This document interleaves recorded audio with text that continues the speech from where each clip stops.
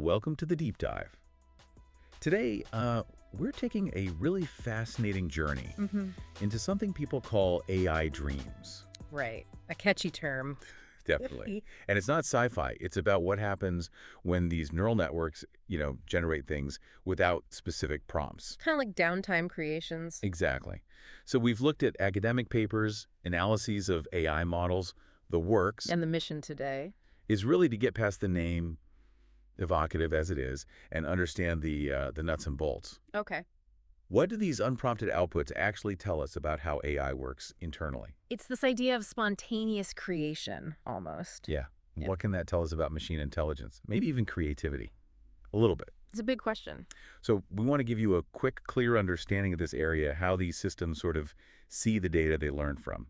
Okay, let's dig in. Yeah, so building on that, this idea of AI dreams, we need to be clear what we mean. Good point. We're talking outputs when the network isn't actively working on a specific job. Yeah. The comparison to human dreams, memory consolidation, maybe exploring ideas, it's a useful analogy, I think, helps frame it. But it is just an analogy. Crucially, yes. We're talking about computational function, not subjective feeling or experience. That's key. Definitely. So the real question is, what are they actually making? And what does that reveal about the patterns they've picked up? Right, because often this stuff comes out of unsupervised learning, doesn't it? Usually, yeah. The AI finds patterns itself, no labels needed. And generative models are central here. Things like GANs, VAEs. Exactly. Models designed to learn the underlying structure and then, generate new stuff that looks like it. And this involved the latent space. That's always fascinating. Yeah. The latent space, think of it like a hidden, compressed map of all the data the AI has seen. Like all the features of faces, maybe, boiled down? Precisely. Each point on this map is a unique recipe for features. To make a new face, the AI picks a spot on the map and decodes it. Okay, so how do these different models actually do that generation? Good question. Let's take Jan's first generative adversarial networks. The ones with the two parts fighting each other. That's the one. You have a generator creating fake data, trying to fool. The discriminator. Yep, whose job is to tell the fake stuff from the real stuff. They train together, pushing each other. So the fakes get better and better. Exactly. Which is why Jans are known for really sharp, realistic results. Images, video, audio, sometimes. So they have that downside, mode collapse. Right. Sometimes they get stuck and only produce a few types of outputs. Limited variety. Okay, and VAEs, variational autoencoders. They're different, more probabilistic. They learn to compress data into a fuzzy statistical map. A probability distribution. Yeah. And they're trained to do two things well. Reconstruct the original data accurately from that map. And keep the map itself well organized, sort of smooth. Right. It's a trade-off. Sometimes leads to slightly blurrier outputs than Jan's, though they're improving, but it makes the latent space smoother for transitions. And then there's stuff like DeepDream, feature visualization. That's a bit different again, right? Totally different goal, really. It's less about generating totally new things from scratch and more about peeking inside a trained network. Seeing what it's learned to recognize. Exactly. You find an input image or even just noise, and then you tweak it to make certain neurons or layers fire like crazy. Activation maximization. Right.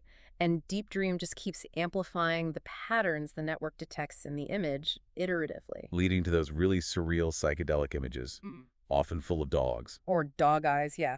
It shows what features the network is sensitive to. Sometimes weird stuff like dumbbells that seem to have arms attached. Which tells you something about the training data, I guess. Biases. Absolutely. It suggests those features were strongly correlated in the data it learned from. So it's a window into its learned representations, biases, and all. Okay, so back to generating new things. Exploring this latent space is key. It really is. Picking points in that map, VAEs, because they tend to have smoother latent spaces, are often good for interpolating, like morphing one face into another smoothly. But GANs are catching up there too. StyleGAN. Yeah, StyleGAN showed that Jan latent spaces can also have a lot of structure. You can find directions in the space that correspond to things like age or hairstyle or pose. It's pretty cool. But it's not perfect. Yeah. There are still challenges. Oh, definitely. Making sure the latent space actually captures all the important variations in the real data is hard. Avoiding mode collapse in Jans is ongoing. Making sure generated quality is consistent across the space. Right. Researchers are always working on techniques, conditioning the generation, sampling the latent space differently, adding more structure. So putting it all together, what do these dreams actually look like? We mentioned DeepDream's weirdness. Visually, yeah. Then you have the hyperrealism of GANs, like stylogan faces that look totally real, and VAEs giving maybe softer, more varied outputs. There's been real evolution. And in text. Well, early on, there were examples like unsupervised sentiment neurons, AI figuring out positive, negative meaning on its own. Now, large language models, Right, they generate incredibly coherent text sometimes. they do. But they also hallucinate, right? They make stuff up confidently based on patterns they learned, even if it's wrong, or reflect biases from the text they read. Which brings up that big question. Is this novelty or just remixing learned patterns? That's the million-dollar question, isn't it? Most outputs clearly reflect the training data. Recombining things, it seems. Yeah, often the novelty is combinatorial new arrangements of learned pieces. Whether AI can create something truly outside its training data, that's debated. A major research focus. And we should remember the tools themselves shape the output. Absolutely. The model architecture, GAN, VAE, transformer, brings its own inductive biases, its own tendencies. Like mode collapse or blurriness or hallucinations, artifacts of the process. Exactly. And the specifics of training the data, the parameters, all that shapes the final results too. Okay, so let's wrap this up. Key takeaways. Well, I think these AI dreams, these unprompted outputs, they really do give us a window into the AI's learned patterns. Right. A glimpse inside. They show how the algorithms, the architectures shape what's possible. They reveal the internal representations. And that dream metaphor, Yeah. it's catchy, helps us grasp the idea of internal generation. But we absolutely have to remember it's computation, not consciousness. No subjective experience there. Got it. Useful analogy. Handle with care. Exactly. So what's really interesting is thinking about the implications, isn't it? For sure. From art generation to maybe understanding intelligence itself, even biological intelligence, plus tackling the limitations, the biases, that's crucial work ongoing. Which leaves a final thought for you, the listener. What does it really mean when machines can generate things that seem creative or at least novel without being explicitly asked? Something to chew on.